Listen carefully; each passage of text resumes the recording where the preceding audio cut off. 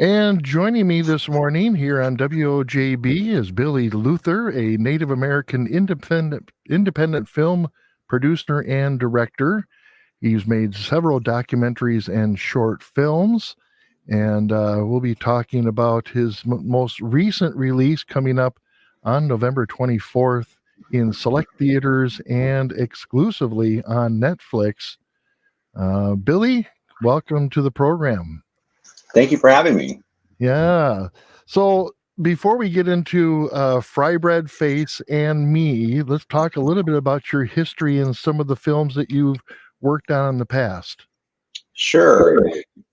I worked in documentary filmmaking for the past probably 15 years and just telling stories about contemporary Native life, the images that I didn't see growing up.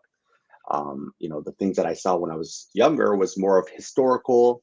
It was more of, just kind of like our past. And Yeah. the contemporary life was really exciting to me. Okay.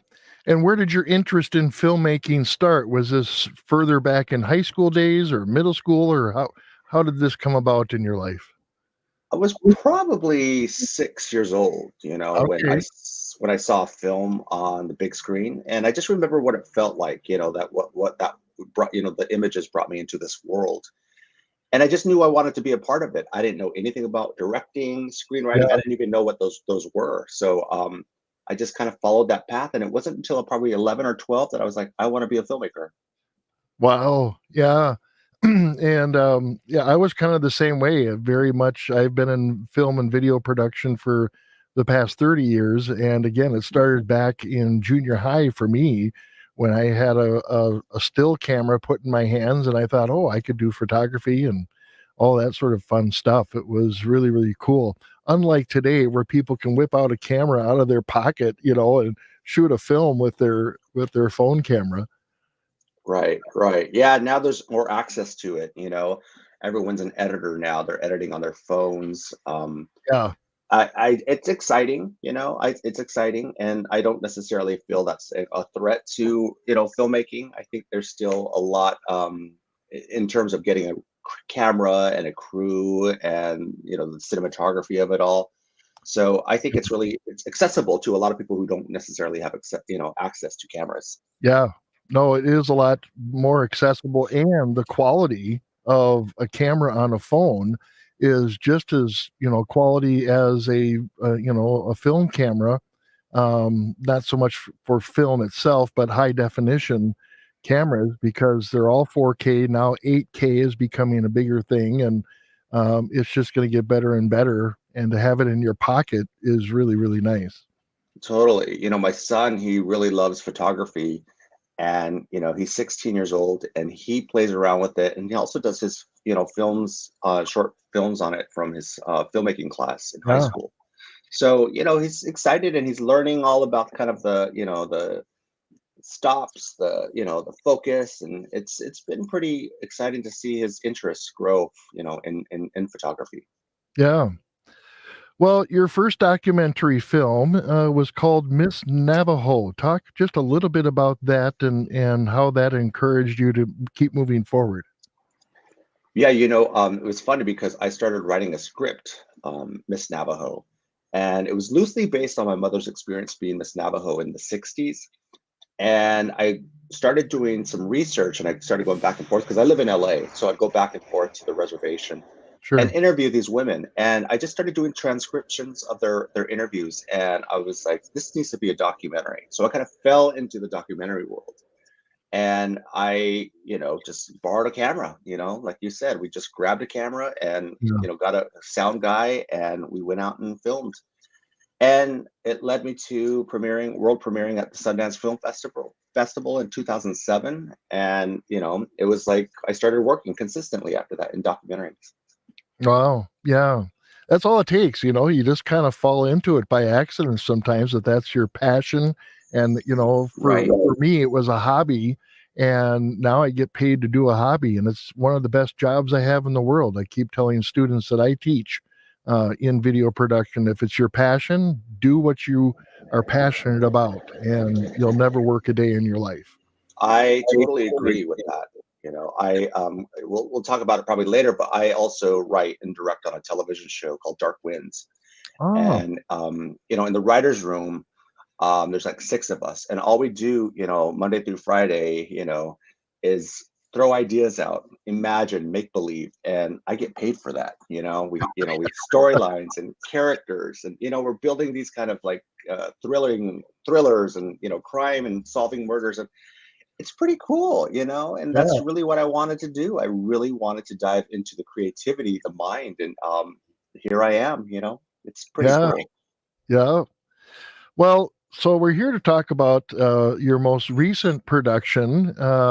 It's a coming of age story, and it's called a Native American dramedy. Explain how you came up with that dramedy word, and how this kind of paints the picture for the film. Yeah, well, this is the first time I've heard it as a dramedy. So Oh, but I know what that is. It's a drama that has some humor and to it. So it's not necessarily a full out drama, or it's not a straightforward comedy. So it right, kind of balances the both of them. So yeah, I grew up. I'm Navajo, I'm Laguna Pueblo, I'm Hopi. I come from three tribes, which are three different, very very different worlds. But I also grew up on the Navajo reservation, or I'm sorry, off the reservation in San Diego. So I right, was, they called me an urban Indian.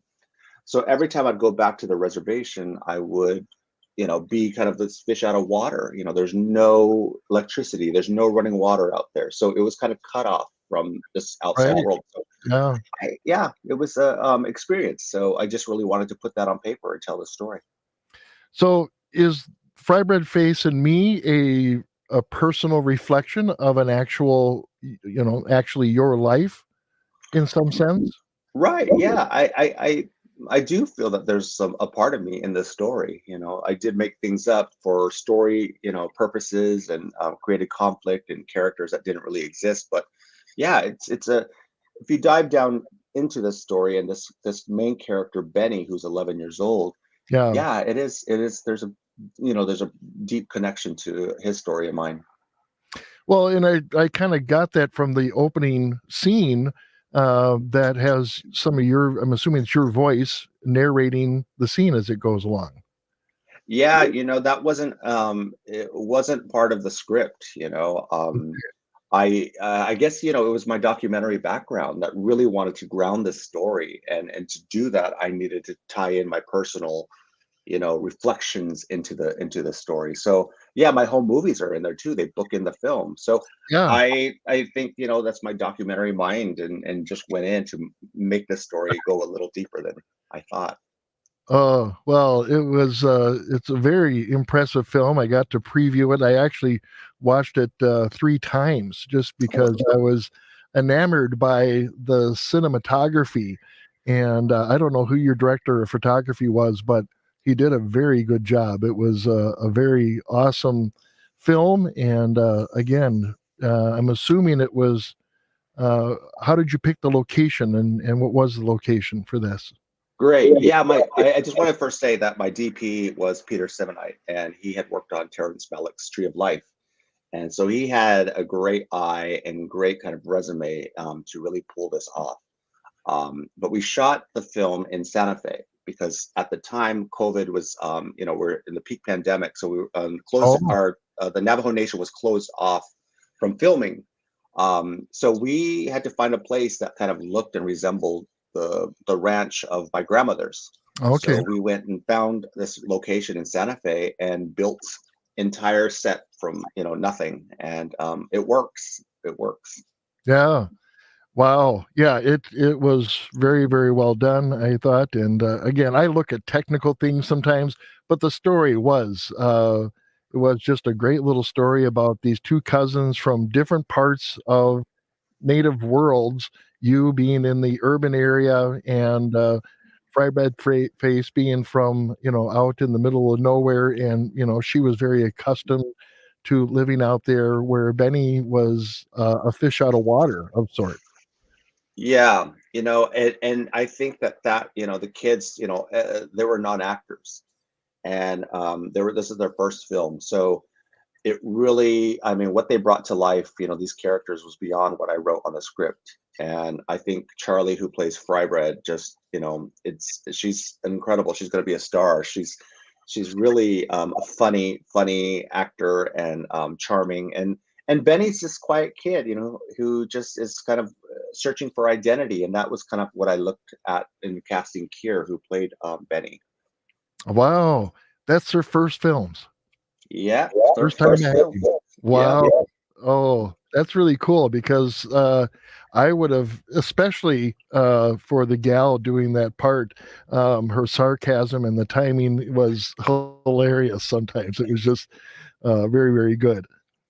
Yeah, she, her audition tape was amazing. We cast her right as soon as that was done. Well, this is a radio interview, but we are putting this on Facebook and YouTube.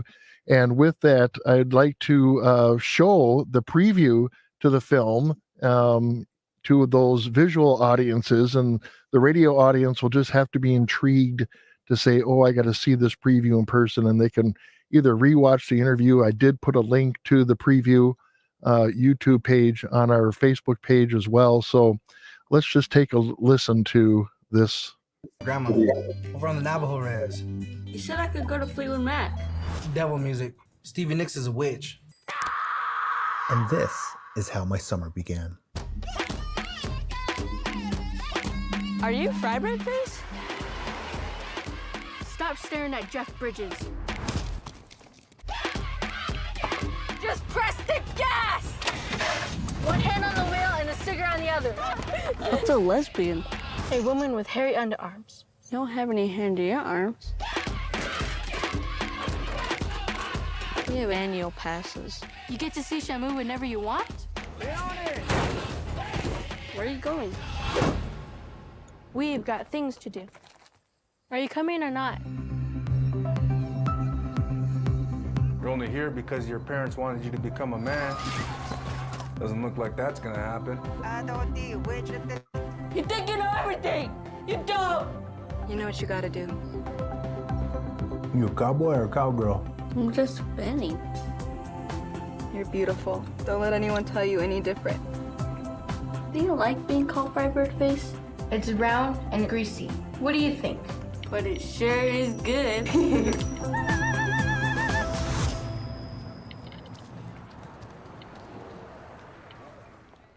Oh, that's just awesome. It was a great, a great video to watch. What are you hoping to see out of this? What are the reviews that you've been getting so far at the different movie festivals? The response has been pretty great. We premiered in Austin in March, and we had our international premiere in Toronto. So we had a good mix, and we've been touring the film, the past, 8 months now. And the response has been great with native audiences and non-native. And I think, the reviews have been pretty solid. And, we're 100% on Rotten Tomatoes, whatever that means. I just, I couldn't have, you work so hard on a film and you just hope people like it, and I think it's resonating with a lot of audiences, and, especially our native youth that really didn't have this representation, and I think they're starting to see it now with television shows like Reservation Dogs, Rutherford Falls, and Dark Winds. So I think this is a pretty exciting time in terms of the native wave of film and TV. Yeah, I really think there's a lot of, like I said, the native films that you mentioned, and then the movie that just, I'm drawing a blank now on the Osage. Killers of the Flower Moon. Yeah, Killers of the Flower Moon. That was a great story as well. And again, it's things that we don't hear growing up in the history books, and some of these ways of life that you are depicting in this particular story. You don't hear about some of these things, especially in urban areas. Even though LCO, the Coudray tribe here, is out, we consider it out in the middle of nowhere, but we have a lot more trees than you do in Arizona. But Right. I'm sure a lot of kids would feel the same way. They get some of their relatives or their cousins that they may not even know they have show up out here, and it's just an interesting way to look at life on the res from an urban native person's perspective. Totally. You know, when I tour this film at festivals, the non-natives are like, I've never been to a reservation, you know, in my life, but you just took me there through this film. And I Yeah, think, you know, at times it's like the reservations are literally in your backyard. You know, they're like miles from where you live. You could, you know, go. right. Um, so I think it's a really kind of a look into this world that comes from a native perspective. It's written by natives. There's native creatives behind it. And it's just a story that I wanted to tell that isn't just directly, you know, for a native audience. It's a broad story that I Yeah, think what, you know, people can connect to. yeah. Well, it was very well done. I give you 2 thumbs up from my scale. It was a great movie, and I hope people get a chance to see it. It'll be coming out in select theaters and then exclusively on Netflix November 24th, just for the Native American Heritage Day, which it is Native American Heritage Month. And appreciate the work that you're doing. Keep going. You have any new works in the books right now? Well, we're off and running with Dark Wind season 3, you know, in the writers' room. So after the strike, Okay. we dove straight into it. So yep, that's it right now. That's what I'm, you know, on and excited to look. Wow. Yeah. Well, Billy Luther, thank you for your time. We appreciate it, and good luck with this film release and your future projects. Thank you so much. All right. Take care.